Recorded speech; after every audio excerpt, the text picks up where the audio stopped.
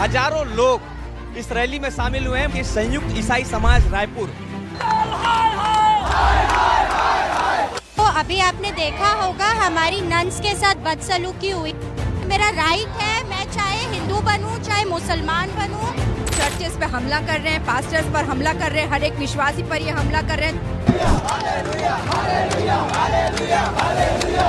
सब झूठे आरोप है, सब अफवाह है और इससे बड़ी रैली निकालेंगे और इससे बड़ी परमेश्वर की महिमा करेंगे।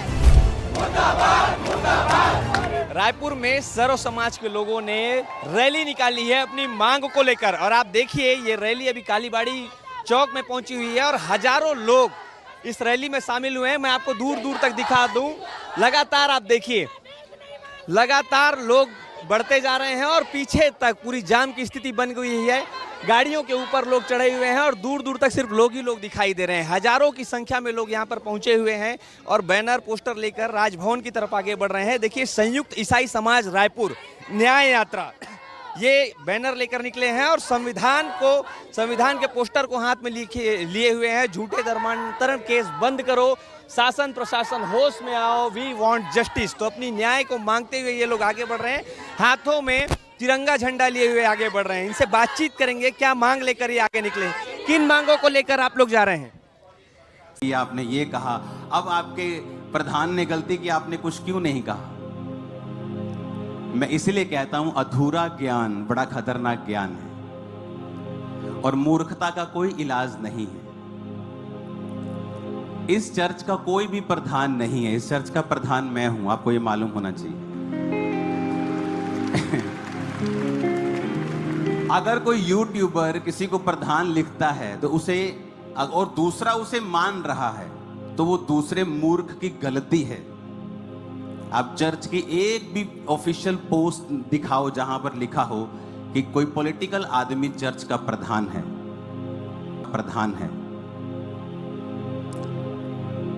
अब जेम्स बॉन्ड यहां पे पंजाब में आए, कोई बंदा बोल दे पंजाब दा सीएम जेम्स बॉन्ड, और कोई दूसरा उसे पढ़ ले कि पंजाब दा सीएम जेम्स बॉन्ड, तो वो पंजाब का सीएम थोड़ी बन जाएगा क्योंकि किसी यूट्यूबर ने लिख दिया और तुमने उसे मान लिया। चर्च की 3 बॉडीज हैं। एक है spiritual body. Ankur Narola ministries Khamra church is a spiritual body, जहां पर स्पिरिचुअल चीजें होती हैं, जहां पर स्पिरिचुअल आदमी सारे काम को संभालते हैं।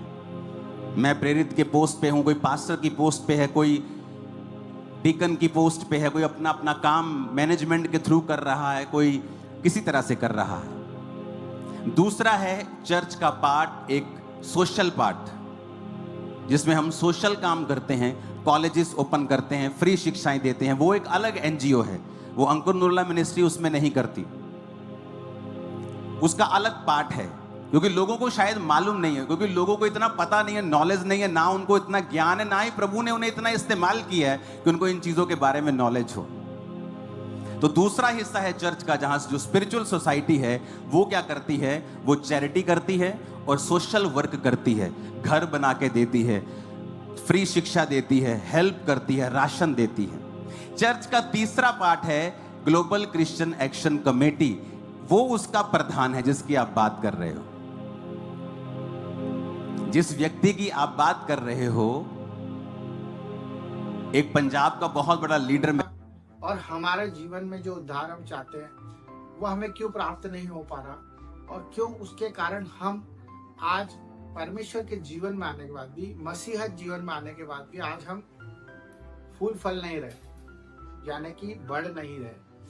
तो मेरे भाई बहनों, मैं आपको वो वचन बताने जा रहा हूँ, वो परमेश्वर की बात बताने जा रहा हूँ, जिसके वजह से आप आज ही नहीं इसी पल वो चीज को महसूस भी कर पाएंगे और आप अपना छुटकारा भी कर पाएंगे और अपने भाइयों के लिए भी आप उस बात को रखकर छुटकारे की तरफ जा सकते हैं।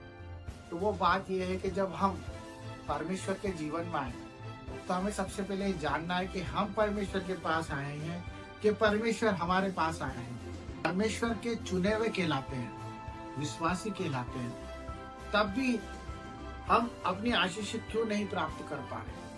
क्यों हमारे जीवन में आज भी हमें अंधकार दिख रहा है?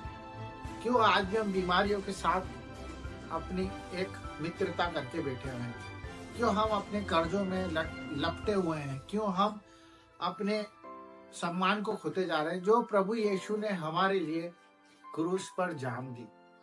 मेरे भाई बहनों, ये सच बात है। वो पापी नहीं था, परंतु पाप को लेकर क्रूस पर अपनी जान दी। वो पापी नहीं था, पर उसने सारे विश्व का पाप लेकर अपनी जान दी ताकि हम अच्छे जीवन जी पाए, हम डार्कनेस से ब्राइटनेस की तरफ जा पाए, हम उजाले में प्रकाश में हो जाए और हमारी जिंदगी को बेहतर देख पाए। क्योंकि परमेश्वर ने अपने इकलौते पुत्र को भी नहीं रख छोड़ा हमारे लिए, कि हम अगर इस दुनिया में आए हैं तो हम उसके पुत्र के समान जीवन जिए, जिस तरह से उसने निष्पाप होकर भी दूसरों की बुराइयों को ले लिया और हमारे लिए जिंदगी दे दी।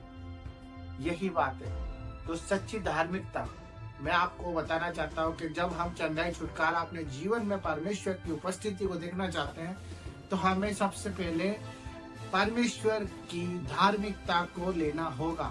धार्मिकता ये नहीं है कि हम किसी के लिए मदद कर रहे हैं, किसी को पैसा दे रहे हैं, चैरिटी कर रहे हैं, या रेगुलर चर्च जा रहे हैं, या हम एनीवे परमेश्वर को दिखाने के लिए या किसी और को दिखाने के लिए काम कर रहे हैं।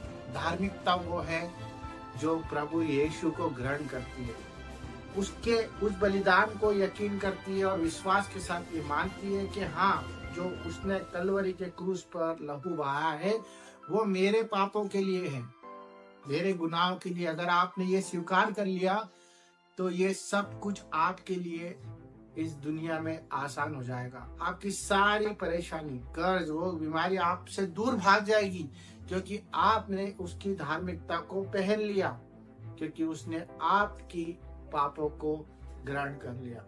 मेरे भाई बहनों, ये वो सच्ची धार्मिकता की बात है जिस पर अगर आपको आज यकीन है तो आपका उद्धार कोई नहीं छीन सकता, क्योंकि परमेश्वर का वचन कहता है कि तू उसके राज्य की और उसकी खोज कर तो ये सब चीजें भी तुझे मिल जाएगी, सारी राज्य वैभव भी तुझे मिल जाएगा, चंगाइयां भी मिल जाएगी और छुटकारा भी मिल जाएगा।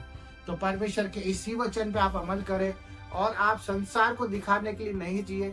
हमें परमेश्वर को और उसके प्रेम के लिए, हमें जो उसने हमसे पहले किया उसके लिए अपना योगदान दे और अपने दिल को उसके लिए खोल के रखे और उस पर यकीन रखे, पूरा भरोसा रखे और कमांड करे, यकीन रखे और वचनों को पढ़े और वचन आपको आजाद कर देंगे। आप बुराइयों से दूर रहे, परमेश्वर के वचन पे बने रहें और धार्मिकता की झिलम को पहन ले और उसके हथियार जो वचन है उसको पकड़कर अपनी जिंदगी के सारे बंधन तोड़ दे। सबको जय मसीह की। आपकी चंगाई आपके मुंह में। धन्यवाद।